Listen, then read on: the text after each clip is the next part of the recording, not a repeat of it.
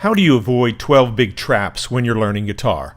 One of the biggest mistakes new guitar students make is jumping in without a plan. They learn a couple of new chords, they learn a basic song, then maybe a riff or two. They get a start but never really make progress. They're constantly learning a bunch of random and cool stuff, but they don't master the guitar. There's a much better way.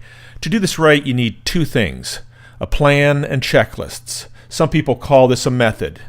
It's pretty simple. The plan is like a roadmap. It's just a list of things we need to do to get to our goal. In the Music Pro system, we do this on a module-by-module basis with a simple list of things that you need to do to complete a module. It's not rocket science. It's things like being able to master the top 5 strum patterns or play all the chords in the key of G. Things like that. Before you begin taking lessons from an instructor, ask him or her to show you their plan. A lot of instructors just wing it, showing you a bunch of cool things, but not taking you step by step to mastery. So be careful.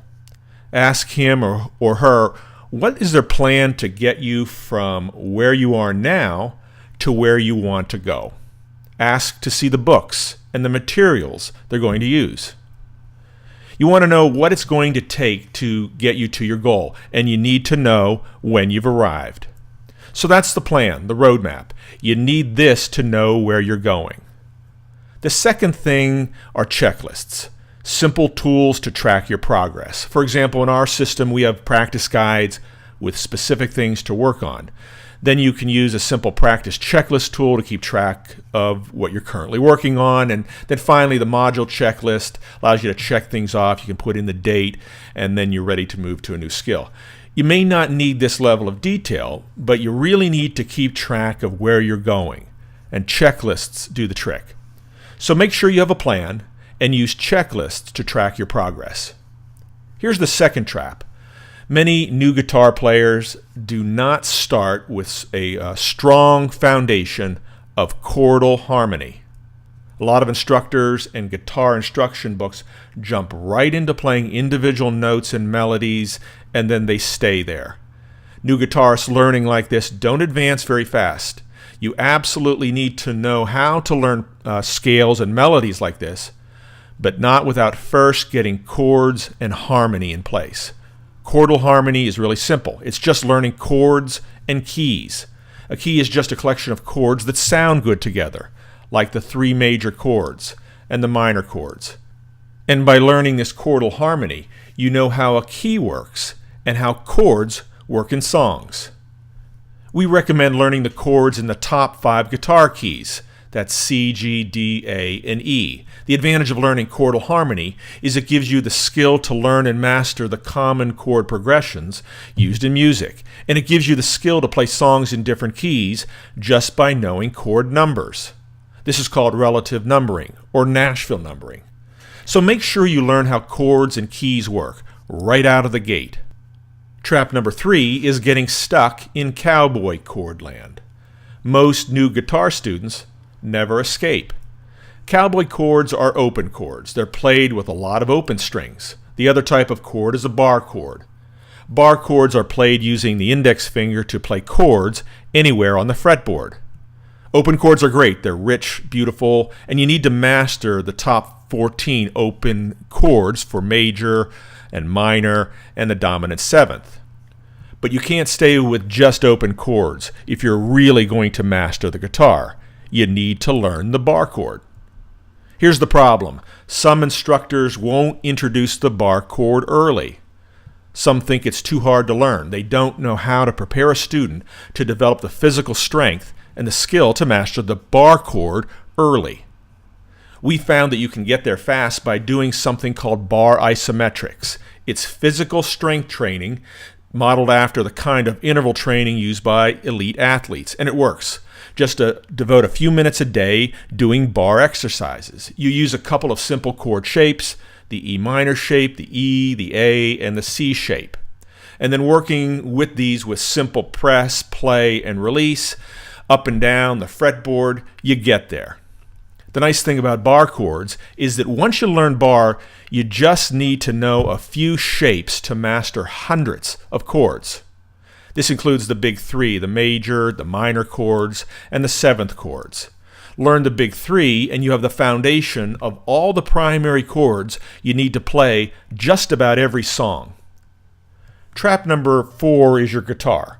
If your guitar is too big or too small or is not set up properly, you're going to struggle. And probably the biggest problem you face is the guitar's action.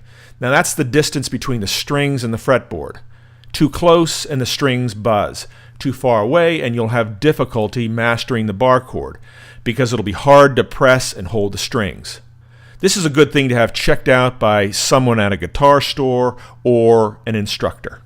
The 5th trap is chord mania. It's the trap that you need to have all these giant books and charts with thousands of guitar chords to really play well. There's a better way. Here's the best strategy.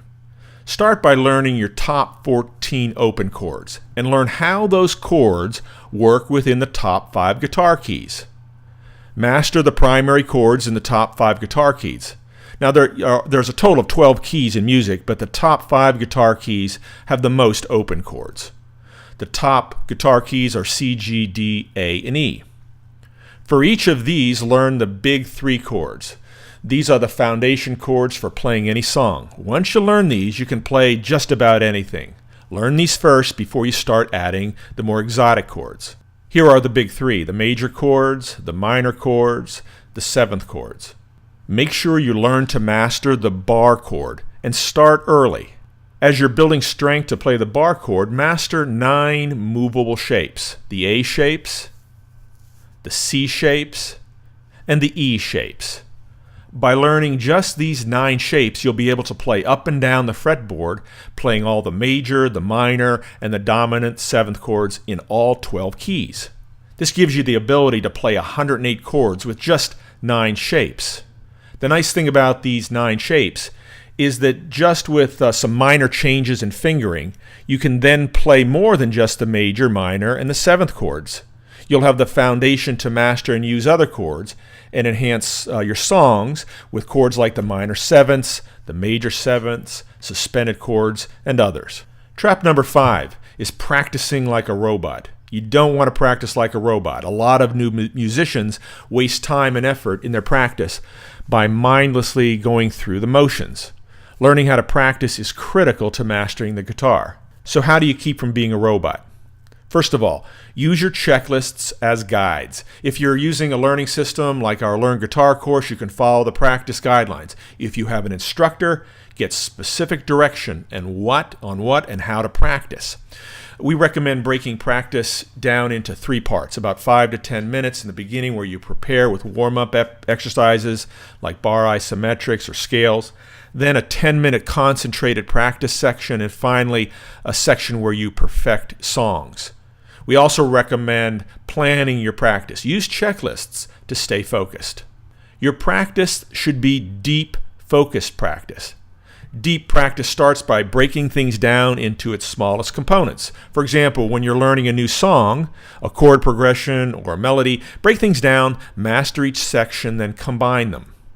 At its core, deep practice is pushing yourself just a bit beyond your current skill. It's a bit of a struggle, staying concentrated and never allowing your practice to be a mindless routine. That's what makes up deep practice.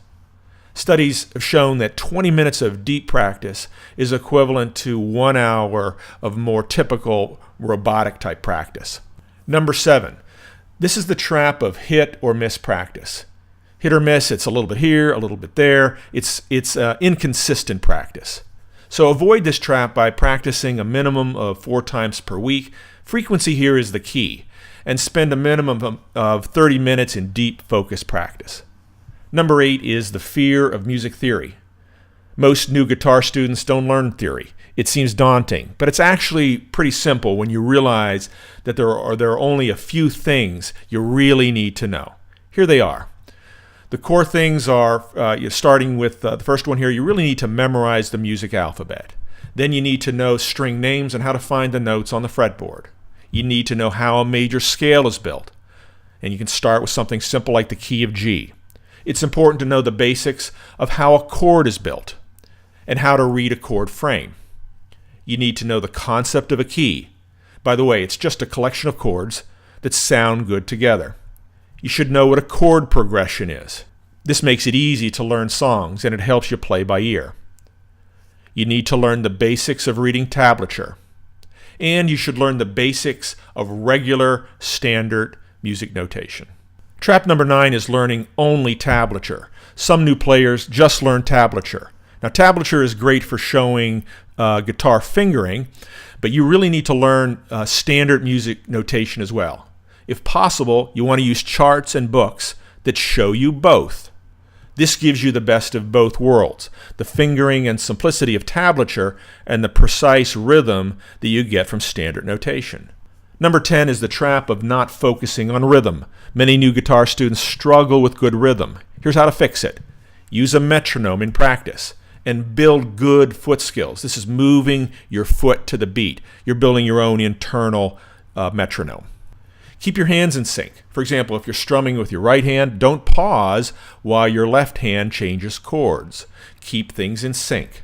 You want to learn and master a few core strum patterns. For example, patterns like Main Street can be used in many types of songs. Do the same thing with picking patterns. Select and master a few core patterns. Play with rhythm tracks when you practice. We provide a bunch in our course, but if you've got a smartphone, there are a number of apps that do this well. Number 11. Here's a really important trap that you need to avoid. A lot of new guitar players get discouraged with learning some basic skills because no one ever tells them about the 1,000 times rule. The 1,000 times or 1,000x rule means that some things take 1,000 repetitions before you've got it. But once you get it, it's really good. For example, a simple chord change like going from G major to D major in the key of G can take a lot of repetitions, sometimes up to 1,000 repetitions for these types of things before you master them.